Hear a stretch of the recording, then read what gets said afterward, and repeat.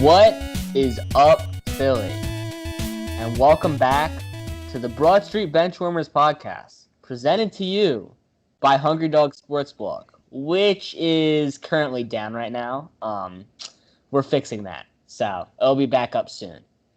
But before we get into anything, me and Ethan John would just like to express our condolences to the family of George Floyd with the recent events, and would like to say that we here at Hungry Dog Sports Blog believe that, Black lives do matter. I mean, and that this is a human rights issue, and it's not something that really should be debated. And so, Ethan John, you got anything to add? Yeah, I mean, but yeah, we don't want to get political just because I think this platform is just to get off of that. But I think in a situation like this, it is really important to talk about and to actually recognize. So, I mean, I'll get into it more later.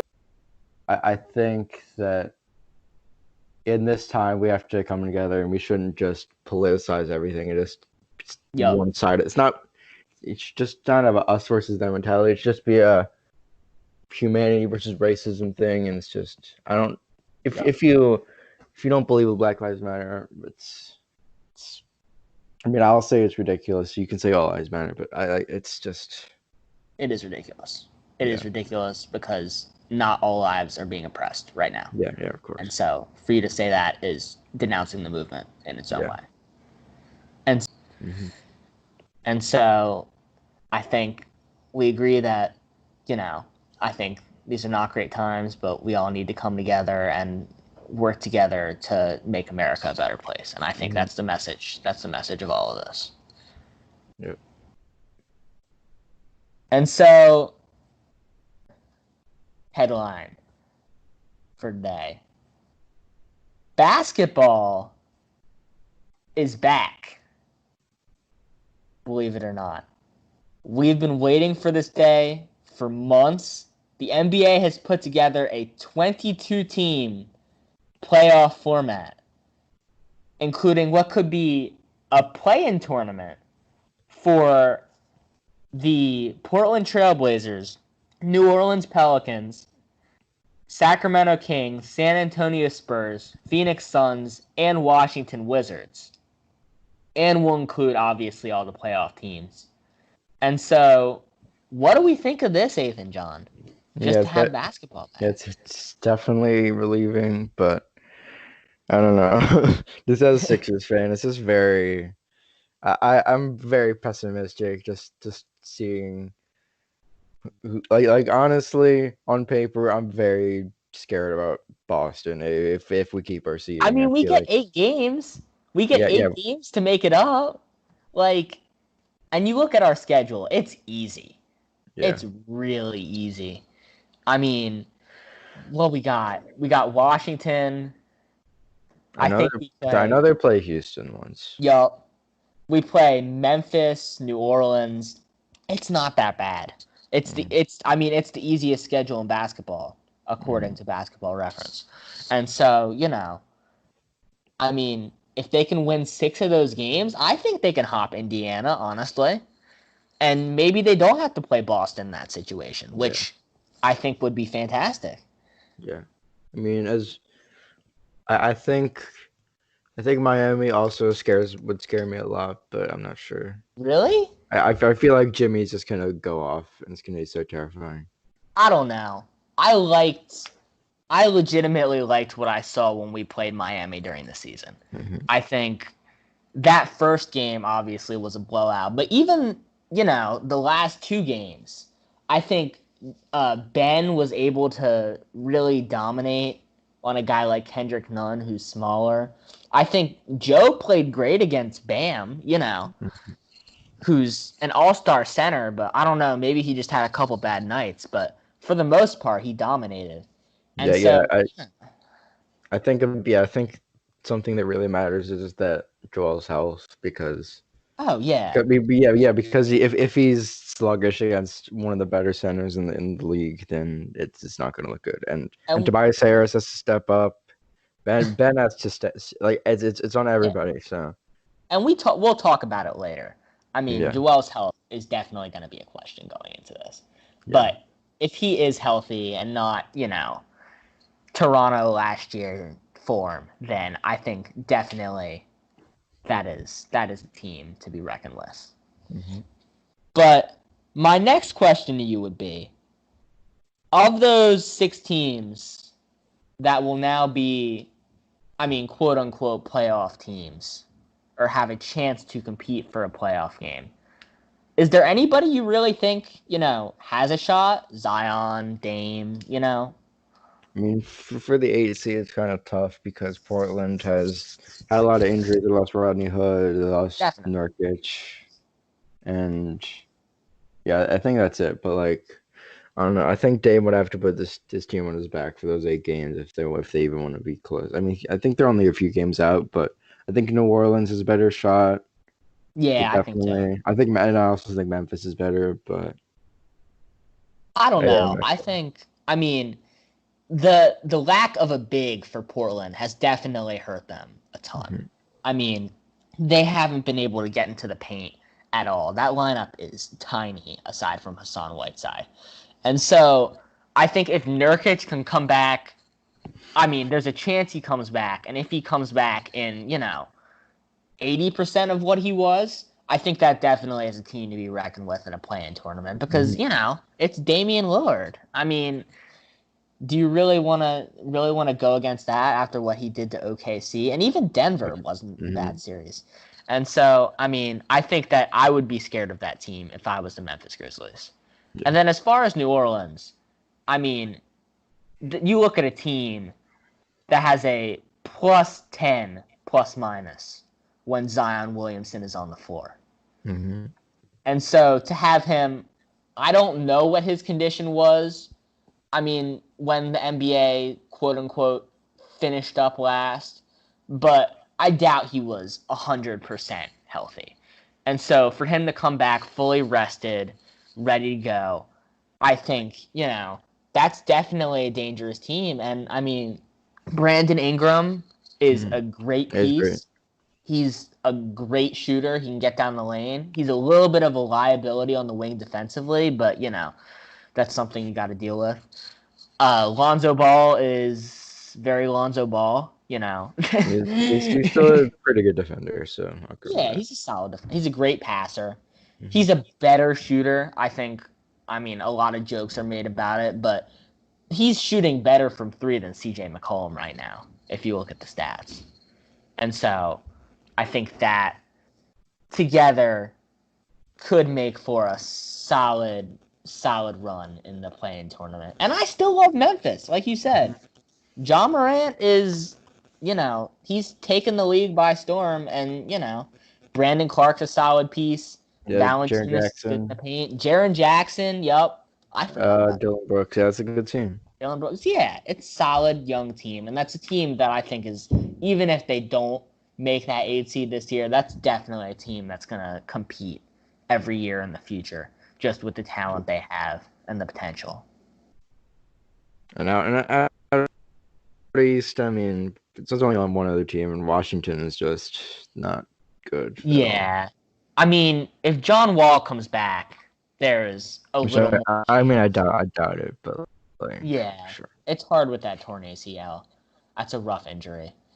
But Bradley Beal is obviously great, but when you look at the talent differential between them and even Orlando, as far as their bench, we love Ish Smith, but the fact that Ish Smith is playing for this team, come on, not a team that should be in the playoffs, or I think will be. I think they'd have to win. Would they win half? I think they'd have to win 8 straight. Yeah. So, definitely not ideal. Mm-hmm. And going off of that, LaMarcus Aldridge, we got this news the last time we recorded, is not playing. And so, what do you think of San Antonio's chances now? Yeah, I think I think, yeah, in comparison to Portland, New Orleans, and Memphis, that they have no shot, honestly. Yeah, honestly. And I've always liked the Spurs, like culture and like Popovich, of course. But I think just in a league where you need a superstar, that they don't have one. So I Yeah. think I know this is probably you'll disagree with this because you're a DeJounte Murray stan, Yes. but I honestly think that with their very old core that they should just blow it up. To be honest, Really? yeah, See, I think they're in a spot like Portland where they can be like an 8 seed, but they're never going to be anything better than that. I agree with the blow it up to an extent. I think they have pieces though. I mean, They have obviously, some I good players. love DeJounte Murray. I think he is exactly what I hope Matisse Thybulle will develop into when I look at that. Just a great defensive guard. And I mean, he can score when he wants to too. I think just very solid. I love his potential for the future. DeMar DeRozan is incredibly old school. He is. I mean, I feel like he's a remnant of that early 2000s, mid-range kind of game. And I think there's really not going to be much of a market for him anywhere. Yeah. So I don't know where you would deal him. And I think Aldridge, I actually I think mean, Aldridge yeah. is what you He's could get something for. yeah, maybe. He's still, I mean, I'd say a top 10 NBA center Mhm. in today's league. And I mean, the contract's big, but you look at it, he's still a force defensively. Yeah. He's actually improved his shot a ton. Mhm. He used to be a horrible 3-point shooter. He's improved that a ton this season. And so I think if you're a team like, I don't know, even a Charlotte, a Chicago, Yeah. maybe that's a solid option just to look at, bring veteran leadership and I mean maybe even a star-ish role to your team. All right. We're gonna move on to this dumb headline about the NBA considering using 2K noises because playing without fans in Orlando. So, what are your thoughts on this? I uh, it is the most ridiculous, unnecessary thing that I've ever heard. But go I ahead. mean, look, I I love Adam Silver, but I don't know where he got this from to be honest. I mean, if you are a professional basketball player being paid millions of dollars and you legitimately need noises from a video game in order to simulate play for yourself, then something is seriously wrong. I think you Yeah. need to reconsider your career. That's pretty sad. And so I mean I'm still here for them to mic people up if that's Mhm. what they want to do. I think that would be amazing. Deshaun Jackson talked about it for football. I think that would be amazing for basketball. I mean, you talk about micing up like a Patrick Beverly in the playoffs, Yeah. like that would be really fun. And so if they could get something like that and not 2K noises, Mhm. that would be great. All right, moving on. Like when we found this headline, we didn't really know to talk about it in depth, but this was kind of just an excuse to talk about just the most unsuccessful franchises in the NBA. So Malik Monk coming out of Kansas, he was really sought after, Yeah. and then he was drafted by the Charlotte Hornets. Michael Jordan thought it'd be something, and he's been a bust, like to be honest. So, and Yeah. I think you got to give him, I mean, a couple more years, but yeah, so far, I would say. and I mean, we try to keep this PG, but he was, I think he was suspended from the league, reinstated, suspended, and I think reinstated again for some drug use, and I Yep. mean. I mean, we hope he gets better, but this is just honestly, in my opinion, it's just indicative of just how Michael Jordan is running the team, and it's just a disaster, to be honest. Yeah. I mean, you know, we wish the best for Malik Monk. I Mhm. mean, he was a great college player. I still think, looking back, I thought at the time that was a great pick. And so obviously I'm not a scout. I thought that was a great pick. But, we're talking about the GOAT, Michael Jordan here. And,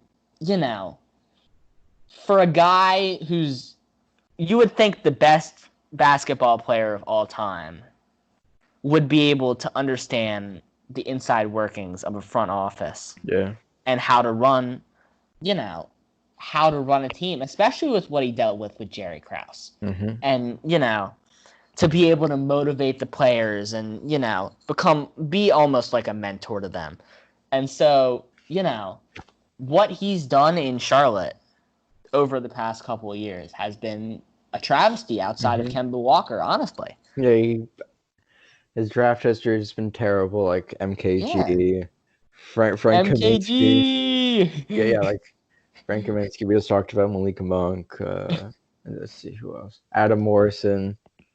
Oh, Was God. that before or after? I mean, Miles Bridges. Miles Bridges has been decent, Miles Bridges is fine. and He's got some nice dunking. PJ Washington is a good pick. PJ Washington was a good pick.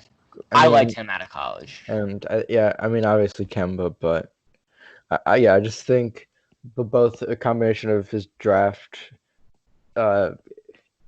inability and as well as his just throwing at money at free agents like Bismack Biyombo, Nick Batum, Cody Zeller. and most recent. Oh yeah, that was also a bad draft pick, and also Terry Rozier. It's just been so bad because honestly, I think a good comparison to this is like Michael Jordan in New York. They're just two extremely powerful figures in basketball history, but to see how both of them, like the Hornets and the Knicks, have handled like free agency and drafting has been so atrocious that it's just honestly, in my opinion, I think Michael Jordan is up there with the Isaiah Thomases and the Billy Kings and the you could even say the Colangelos, but I don't know. I think that's a little rude. I would say that. But I mean, you look at what's happening in New York as well, obviously. Yeah. I mean, for a front office, after that Kevin Durant thing, I honestly cannot see a premier free agent going to New York within the next 5 years at all. And, you can keep the timestamps, but when you look at the inside of that organization and how James Dolan, legends like Spike Lee can't even enter the arena now. And, for a city that, the mecca of basketball, Madison Square Garden, Ewing, 70s Walt Frazier, it's sad. And I think if Charlotte was that big of a market, I think it would be the same way, to be honest. That is a tiny market with, I've never met a Charlotte Hornets fan. Have you ever met a Charlotte Hornets fan? I haven't, but since my dad goes down to Charlotte every once in a while, I think at one time he was near that arena and it's probably empty, so I don't think it matters. Yeah. They just have to they have to pull a David Stern hitting the paper thing during the lottery. To rig it for the Patrick Ewing for a franchise. The franchise like the Knicks or the Hornets if they really want to go anywhere because unless the Knicks get like an Anthony Edwards or a LaMelo Ball and they become like superstars, and I'm not that confident about RJ Barrett, to be honest. So I think they're not confident at all. I think he's for the volume that he's shooting, it's just so. He shoots 43% from two. Yeah. And that's terrible. 20 something percent from three. Yeah, and I like Mitchell Robinson. I think he's really good. Mitchell Robinson's a solid piece. Yeah, I think I think he's a he really can be good a top 10 player. center in the future. And I mean, a Steven Adams-ish role. That's what I see him as. Not he can't be your leading scorer. Yeah, and that there's so many just busts on that team, like Frank Tilikina, like Kevin Knox. Oh my Yeah, God, Kevin Knox is terrible. Like Jesus Kevin Christ, Knox is an atrocity. Kevin Knox, I mean, it is. you would think you'd be able to get physical in the paint, Mm-hmm. but he just has turned into one of the worst catch and shoot wings in the league, which is the exact opposite of what he was. And Yeah, so, I mean, that Julius Randle's contract is on that Knicks roster. yeah, and what else? Do they still have Dennis Smith, or did they? They do still have Dennis Smith. Yup. I forgot about Dennis Smith. I It's was on hard the to. Dennis Smith hype train last summer, I have to say. Yeah. After how he finished the season for the Knicks, I thought he could be their starting point guard for the future. Yeah, But they blew that. too. So I'm just looking through. They have like, oh yeah, remember they signed also Bobby Portis and Taj Gibson and Reggie Bullock. And remember the Stephen A thing when he's The fact is, when you're signing, this team signed like 4 power forwards. just I think. 4 power forwards, all who are, maybe low-end starter, high-end backup potential for obscene amounts of money on 2-year contracts that they're going to drop. Just because they couldn't get Kevin Durant. Yeah. That's pathetic. And for them to not offer who I think still is maybe the 4th best player in basketball, the maximum contract, when guys like Tobias Harris are getting it. Yeah. That's like Chris Middleton. It's absurd. Chris Middleton, yeah. So, I mean, the future of New York basketball and of Charlotte Hornets basketball is something that is definitely not bright. Mm-hmm. All right, so we're gonna move back to the NFL right now. So Dalvin Cook, who had a nice breakout season for Minnesota last year, is holding out, and as well, I just got this notification not too long ago that he is demanding, quote, McCaffrey money, as in like Really? upwards of like I didn't get $15 million. Wow. And the offer that he got was, I think, under 10. So I do not see him as that valuable at all, but You don't think Dalvin Cook's valuable? I don't think he is. I don't think he is worth McCaffrey money in any sense of the word. That's up there with like a Namdi type of or a DeMarco Murray type of contract. Yeah. I mean, the fact is, he's still an elite running back. I'd say that definitely. He doesn't have the catch and run game. Yeah. Really. And I think that's what's going to slow him down. He's really an old school downhill running back, which is great. Mm-hmm. But I really wanted the Eagles to get him. McCaffrey, who's versatile in, the kick return game, the punt return game. He's 1,000 yards both ways in the receiving game and the rushing game. That's something that is $15 million. And the fact is he's also playing a position that is being undervalued by this league at the moment. It's a passing league right now. That's what it's becoming. Patrick Mahomes, Lamar Jackson, that's championship, And so, I still think he deserves to be top 10 running back money, but no, he is. He's on a whole. McCaffrey is on like a whole nother level than Dalvin Cook. Like I do not see how he deserves anything near what. And this Minnesota offense, they might have to pay him this money, because this Minnesota offense runs strictly through the run game because of Kirk Cousins, and he's a valuable player, and you might need to pay him, man. Yep. So our final headline of the day. Wow. ESPN did a Let me just clarify. They did like a mock draft. They they they redraft the NFL like from scratch. That's what the headline says. Different So word over there. yeah. So it's like the same order as what it was this year. It's like Cincinnati, Washington, Detroit, and so I'm just gonna go. I'm gonna go through. So it's obviously Yeah. it's makes a lot of sense at the beginning, like Mahomes, Lamar, Russell Yeah. Wilson, Aaron Donald. But then you go to 15, and we see Drew Lock, who I mean, a lot of people think he's a dark horse MVP candidate, A dark horse MVP candidate? which to Who me, are these people? which to me, I think the Drew Lock hype screams Baker Mayfield of last year. To be honest. Exactly.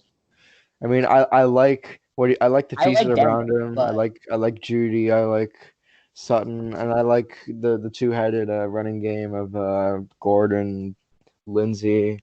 Like that's a solid yeah, team, but the fact that he is above a lot better quarterbacks like Matt Matt Ryan, Ryan, Kyler Murray. Kyler Murray, I just pulled this up. you could say Tannehill is better. Really? I would still probably take Drew Lock over Tannehill. And I mean, and Matt Stafford's there too, who I think is better. Oh, than I Drew would, Lock. Matt Stafford over him totally. Yeah. And then there's some position players which are I don't know why they're undervalued so much, but there's players like McCaffrey, Michael Thomas, Khalil Mack, DeAndre Hopkins, Oh my Mike God. Evans, Tyreek Hill, George Kittle, and the best corner in the league, Stephon Gilmore. So like We were just talking about how McCaffrey has literally changed. I mean, how we're viewing running backs right now, and so I mean that's insanity. I don't know, ESPN. Like, was it a Denver writer who picked him? I don't know. I feel like I felt like it was just insiders, but I don't know. It's absurd, and also something that really threw me off was that Ronnie Stanley is more valuable than the Bosa brothers, Aaron Rodgers, and then all those guys that we mentioned earlier. But that's a different conversation. Oh, and we can't we mentioned this in the last recording of this. It obviously did not work because you're hearing a different version. So above Khalil Mack, DeAndre Hopkins, Mike Evans, Matt Stafford, Tyreek Hill, Tua, George Kittle, and Stephon Gilmore. We have the legend who contracted mono last season. The heir of the butt fumble throw. Sam Darnold is apparently better than all those players. He's seeing ghosts.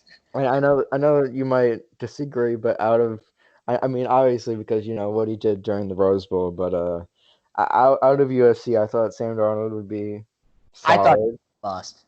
I did. And so far, it hasn't looked great, but I think that has to be blamed on both the coaching of Adam Gase, Todd Bowles, and as well as he's never really had a big game receiver. Like Robbie Anderson is good, but he has no right being a number one option, to be honest. And I mean, I have no right to talk about that draft because my favorite quarterback in that draft was Josh Rosen. Yeah, we don't know what happened with that, of course. But Sam Darnold was a turnover machine in college. Mm-hmm.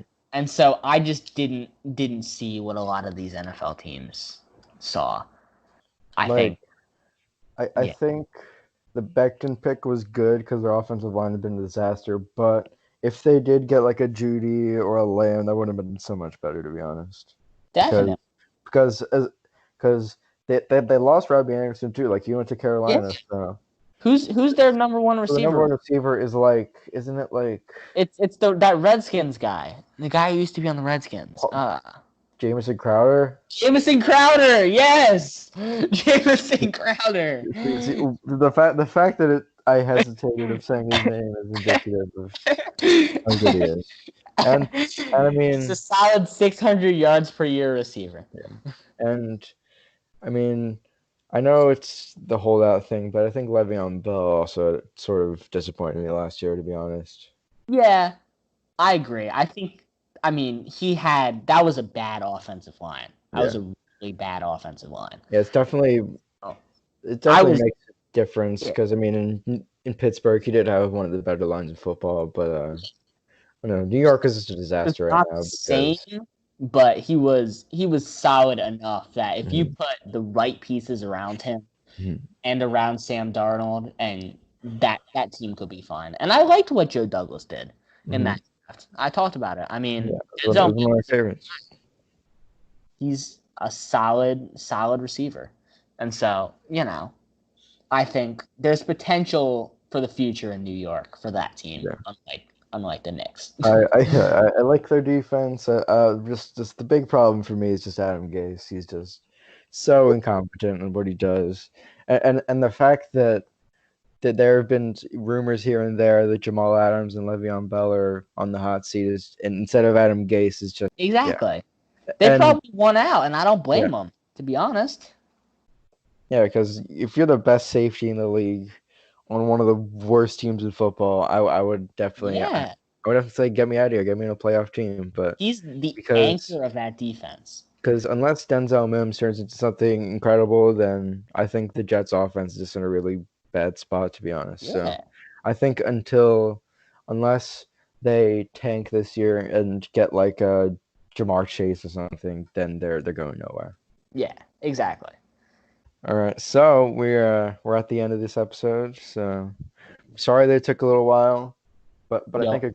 a good I think a good reason that we took our little break was just that we didn't space them out enough. Like I think we dropped two in consecutively, like 2 days in a Yeah, row, and as well as just as much as we enjoy sports and as much as it's a way to just get our minds off of everything going on in the world, that it's really important just to we thought that what's going on in America is a lot more bigger than joking about sports and joking about like how terrible of an organization the Jets and the Knicks are. Like to be yeah, honest. yeah, definitely. And I mean, I think we all need the time to focus on, the injustice that's happening in our country and support, this movement. Hmm. There are a lot of organizations you can donate to. Hmm. There's a lot of petitions you can support. So, I mean, we'll post some in the description, but it's definitely something that we need to work together to change as a country. We truly Yep. believe that. Hmm. Well, thank you for watching or listening. I don't know where you're listening. I don't know where you're hearing this, but You could be watching. I don't know. most of the coverage on YouTube, so probably like a 5% chance you're listening to this on Spotify. But we appreciate it. We'll try to come back soon if Yeah. we have some news. So thank Thank you you. so much for listening.